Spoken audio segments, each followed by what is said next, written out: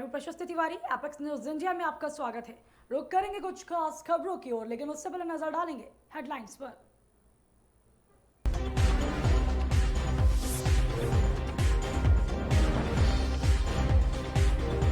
कुमार विश्वास की सुरक्षा में तैनात सीआरपीएफ कमांडो ड्यूटी से हटाए गए, जांच के आदेश हुए जारी।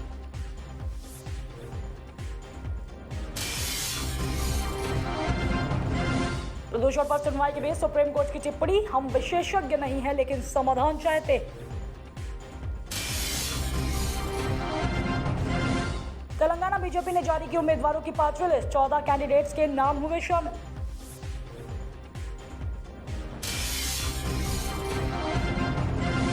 दिल्ली को प्रदूषण से मिली बड़ी राहत, बारिश के बाद कई जगहों पर AQI घटकर 100 से कम हुआ।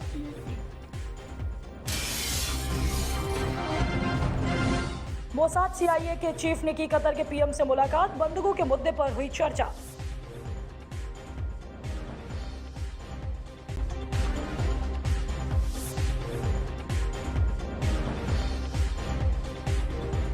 रुक करेंगे कुछ खास खबरों की ओर। अमेरिकी रक्षा मंत्री लॉयड ऑस्टिन, अमेरिकी विदेश मंत्री एंटनी ब्लिंकन, भारत के रक्षा मंत्री राजनाथ सिंह और विदेश मंत्री डॉक्टर जयशंकर 5वीं भारत अमेरिका 2+2 मंत्री स्तरीय वार्ता में शामिल हुए। दोनों देशों के बीच रक्षा मंत्रियों और विदेश मंत्रियों की 2+2 की यह 5वीं दौर की वार्ता है। रक्षा मंत्री राजनाथ सिंह और विदेश मंत्री डॉक्टर जयशंकर बैठक की अध्यक्षता कर रहे हैं। इस बैठक में इतर रक्षा मंत्री राजनाथ सिंह और अमेरिकी रक्षा मंत्री लॉयड ऑस्टिन के बीच द्विपक्षीय वार्ता भी होगी। तो वही एंटनी ब्लिंकन और अमेरिका के रक्षा मंत्री लॉयड ऑस्टिन 2+2 बातचीत में हिस्सा लेने के लिए इस वक्त दिल्ली में। इस वार्ता का उद्देश्य गहन रणनीतिक सहयोग के लिए भारत और अमेरिका के संबंधों के विषय में इसके भविष्य के खाके को आगे बढ़ाना है। साथ ही भारत अमेरिका 2+2 मंत्रिस्तरीय वार्ता के दौरान रक्षा मंत्री राजनाथ सिंह ने कहा है कि रक्षा हमारे द्विपक्षीय संबंधों के सबसे महत्वपूर्ण स्तंभों में से एक है। आपकी भारत यात्रा ऐसे समय में हो रही है जब भारत और अमेरिका पहले से ही कहीं अधिक करीब है। विभिन्न उभरती हुई राजनीतिक चुनौतियों के बावजूद हमें महत्वपूर्ण और दीर्घकालिक मुद्दों पर अपना ध्यान केंद्रित रखने की जरूरत है।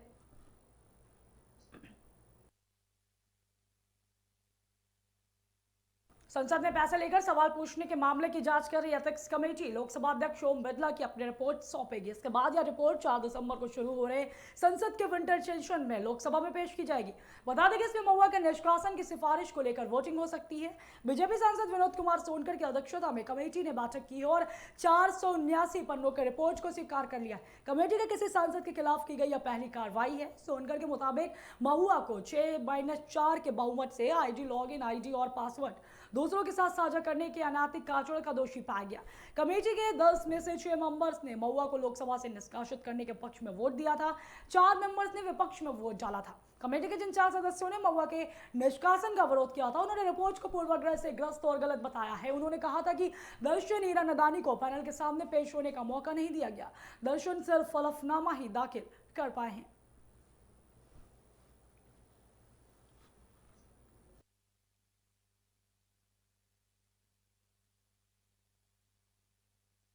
दिल्ली में हुई झमाझम बारिश के कारण दिल्ली NCR में लोगों को वायु प्रदूषण और स्मॉग से राहत मिली है। दिल्ली में आधी रात तक वायु गुणवत्ता गंभीर श्रेणी में था।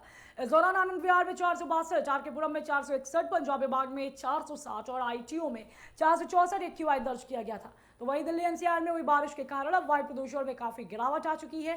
कई स्थानों पर AQI घटकर 100 से कम हो गया। आनंद विहार में 162, नई दिल्ली में 85, रोहड़ी में 87, पंजाबी बाग में 91 और शाहदरा में AQI 97 दर्ज किया गया, जो कि खराब श्रेणी को दर्शाता है। तो वहीं सफर इंडिया के मुताबिक दिल्ली में 8 नवंबर को PM 2.5 की मात्रा 247 दर्ज की गई थी, जो कि खराब श्रेणी को दर्शाता है। तो वहीं PM 10 की मात्रा 426 दर्ज की गई, जो कि औसत से 2 गुना है। बता दें कि गुरुवार को दिल्ली का न्यूनतम तापमान 16 डिग्री और अधिकतम तापमान 30 डिग्री सेल्सियस दर्ज किया गया था।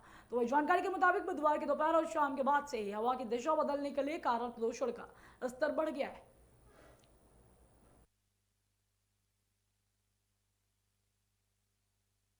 दिल्ली NCR में वायु प्रदूषण से सांस लेना मुश्किल है। सरकार ने वायु प्रदूषण रोकने के लिए कदम उठाए और जगह जगह चेकिंग की जा रही है। इस बीच दिल्ली पुलिस के कुछ जवानों ने इस आपदा को अवसर मानकर वसूली का खेल शुरू कर दिया। हालांकि आला अधिकारियों को पता चला तो तुरंत एक्शन लिया गया। संलिप्तता सामने आने पर 2 पुलिस वालों को सस्पेंड किया गया है। एक अन्य जगह कांस्टेबल को गिरफ्तार किया गया है। बता दें कि दिल्ली ट्रैफिक पुलिस के सीनियर अधिकारी ने बताया कि ट्रैफिक पुलिस की सरिता विहार सर्किल में तैनात सब इंस्पेक्टर और कांस्टेबल अपने इलाके में BS3 और BS4 वाहनों की चेकिंग कर रहे थे। इस दौरान पैसों की उगाही की शिकायत मिली थी। मामले की जानकारी सीनियर अधिकारियों को दी गई और जांच की। इसी तरह पंजाबी बाग इलाके में भी मामला सामने आया। साथ ही वहां 6 बटालियन में तैनात कांस्टेबल रोहित रात होते ही खाकी वर्दी उतार देता था और ट्रैफिक पुलिस की वर्दी पहनकर BS3 और BS4 वाहनों की चेकिंग करता था। इस दौरान रुपयों की उगाही कर रहा था। इस कांस्टेबल को ट्रैफिक पुलिस ने देखा तो शक हुआ। जब उसे पकड़ना चाहा तो वह भागने लगा तो वहीं आरोपी ने दौड़ लगाते वक्त ट्रैफिक पुलिस की सफेद शर्ट को भी फेंक दिया। हालांकि पुलिस ने पीछा कर उसे पकड़ लिया। पुलिस का कहना है कि आरोपी रोहित से पूछताछ की जा रही है, उसे गिरफ्तार कर लिया गया है। इसके साथ ही दोनों के खिलाफ एक्शन लिया गया है। तो वहीं सब इंस्पेक्टर और कांस्टेबल को सस्पेंड कर दिया गया।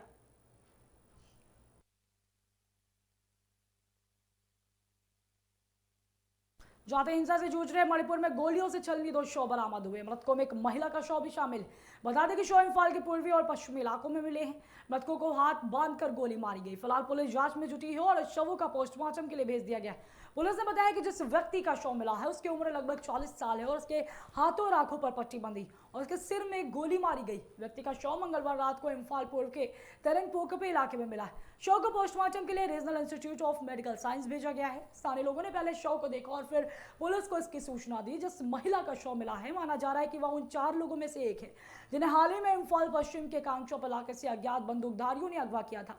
पुलिस ने इस मामले में FIR दर्ज कर जांच शुरू कर दी है। बता दें कि मणिपुर में बीती 3 मई से जातीय हिंसा चल रही है, जिसमें अब तक 180 से ज्यादा लोगों की मौत हो चुकी और हजारों परिवारों को विस्थापित होना पड़ा है। दरअसल मैतेई समुदाय को अनुसूचित जनजाति के तहत आरक्षण देने के खिलाफ यह हिंसा शुरू हुई थी। राज्य में मैतेई समुदाय की आबादी कुल आबादी की 53% है, तो वहीं राज्य में नगा और कुकी जनजाति के लोगों की जनसंख्या 40% है।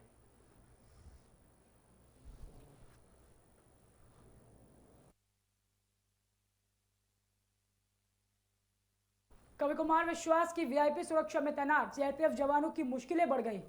बता दें कि रोडरेज घटना की जांच होने तक 3 जवानों को CRPF ने ड्यूटी से हटा दिया। जवानों पर आरोप है कि उन्होंने एक डॉक्टर के साथ मारपीट की थी। CRPF ने कहा है कि उनकी जगह दूसरे जवानों को तैनात किया गया है। बताया जा रहा है कि कर्मियों को कथित रोडरेज घटना की जांच लंबित होने तक हटा दिया गया। यह घटना तब सामने आई जब 8 नवंबर को कुमार विश्वास उत्तर प्रदेश के गाजियाबाद से अलीगढ़ की तरफ जा रहे थे।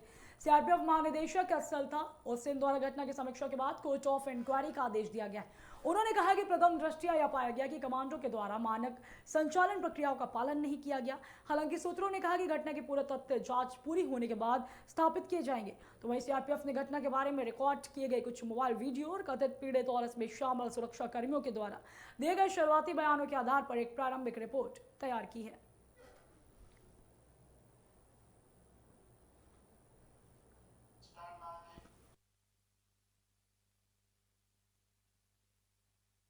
तेलंगाना में होने जा रहे विधानसभा चुनावों के लिए बीजेपी ने अपनी 5वीं लिस्ट जारी कर दी। इस लिस्ट में 14 उम्मीदवारों के नाम हैं।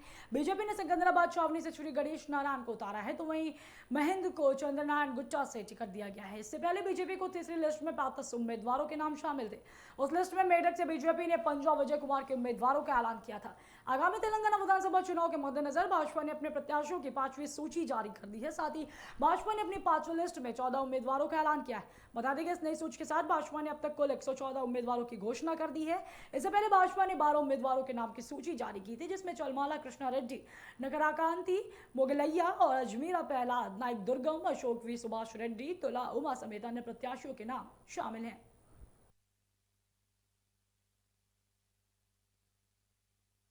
सुप्रीम कोर्ट ने दिल्ली में बढ़ते वायु प्रदूषण और पड़ोसी राज्यों में पराली जलाने की घटनाओं पर चिंता जताने वाली याचिकाओं पर सुनवाई करते हुए शुक्रवार को केजरीवाल सरकार को फटकार लगाते हुए कहा है कि हमारे हस्तक्षेप के बाद ही हर साल तेजी आती है। सुप्रीम कोर्ट ने कहा कि हम एक्सपर्ट नहीं हैं, हमें सिर्फ समाधान चाहिए। सुप्रीम कोर्ट ने यह भी कहा कि हम सिर्फ उपायों को ग्राउंड लेवल पर लागू करना चाहते हैं। जस्टिस संजय किशन कौल ने कहा कि पराली जलाने की एक बड़ी वजह पंजाब में धान की खास किस्म की खेती होना है। किसानों को दूसरी फसलों के लिए प्रोत्साहित करने की जरूरत है, फिर भी पराली जलाने पर रोक जरूरी है। बढ़ते प्रदूषण में पराली जलाने की भूमिका पर एमिकस अपराजिता सिंह ने कहा है कि फसल अवशेष जलाने से कुल प्रदूषण में 24% योगदान होता है, जबकि कोयला और फ्लाई ऐश 70% प्रदूषण के लिए जिम्मेदार है, तो वहीं कुल प्रदूषण का 16% वाहनों से फैलता है। सुप्रीम कोर्ट ने कहा कि हर कोई प्रदूषण के स्रोतों के बारे में जानता है, वे सरकारी कोर्ट के हस्तक्षेप का इंतजार कर रहे हैं। हमारे पास हर समस्या का समाधान है, लेकिन कोई कुछ नहीं कर रहा। अदालत खुद कहती है कि हम नतीजे चाहते हैं, हम विशेषज्ञ नहीं हैं, लेकिन हम समाधान चाहते हैं। सुप्रीम कोर्ट ने कहा है कि हम ये नहीं कह रहे हैं कि ये आसान मामला है, ये राज्य सरकारों को करना होगा। वहीं सुप्रीम कोर्ट ने पूछा है कि आप क्या चाहते हैं, ये आदेश हम पारित कर दें, तभी सभी राज्य सरकार के अधिकारी बिना मास्क के काम करें। इसके साथ ही आम जनता के स्वास्थ्य के बारे में इनको पता चलेगा। कोर्ट ने पंजाब सरकार को कहा है कि आप कोर्ट के आदेश लागू करें, हम लोगों को प्रदूषण की वजह से मरने नहीं दे सकते। सुप्रीम कोर्ट ने कहा कि सवाल ये उठता है कि किसान केवल बासमती धान की फसल क्यों उगाते हैं। पंजाब सरकार आखिर किसानों के संगठन से बातें क्यों नहीं करती? उनका संगठन बेहद एक्टिव है। राज्य सरकार को किसानों से बात करनी चाहिए, साथ ही प्रदूषण कम होना ही चाहिए। कैसे कम होगा ये राज्य सरकारें तय करेंगी, लेकिन प्रदूषण कम करना होगा। अगर हम कमेटी बनाते हैं तो जिम्मेदार उस पर शिफ्ट हो जाएगी। कोर्ट इस पर 21 नवंबर को अगली सुनवाई करेगा।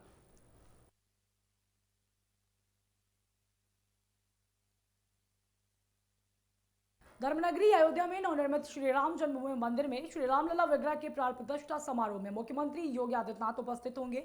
शुक्रवार को श्री राम जन्मभूमि तीर्थ क्षेत्र ट्रस्ट के पदाधिकारियों ने मुख्यमंत्री से भेंट कर उन्हें प्राण प्रतिष्ठा समारोह का औपचारिक निमंत्रण दिया। सीएम आवास पर हुई इस भेंट के बाद मुख्यमंत्री योगी ने अपने सोशल मीडिया अकाउंट पर लिखा कि आज जीवन धन्य हो गया है। श्री राम जन्मभूमि तीर्थ क्षेत्र ट्रस्ट के सम्मानित पदाधिकारी स्वामी गोविंद देव गिरिजी महाराज, चंपत राय एवं राजेंद्र पंकज जी ने श्री राम जन्मभूमि मंदिर में भगवान श्री रामलला सरकार के नूतन बाल रूप विग्रह की प्राण प्रतिष्ठा कार्यक्रम हेतु मुझे आमंत्रित किया है। आपको बता दें कि श्री राम जन्मभूमि मुक्त यज्ञ से श्री गोरक्षपीठ सतत से जुड़ा रहा है। फिलहाल की खबरों में इतना ही। हमारे साथ बने रहने के लिए देखते रहें एपेक्स न्यूज इंडिया।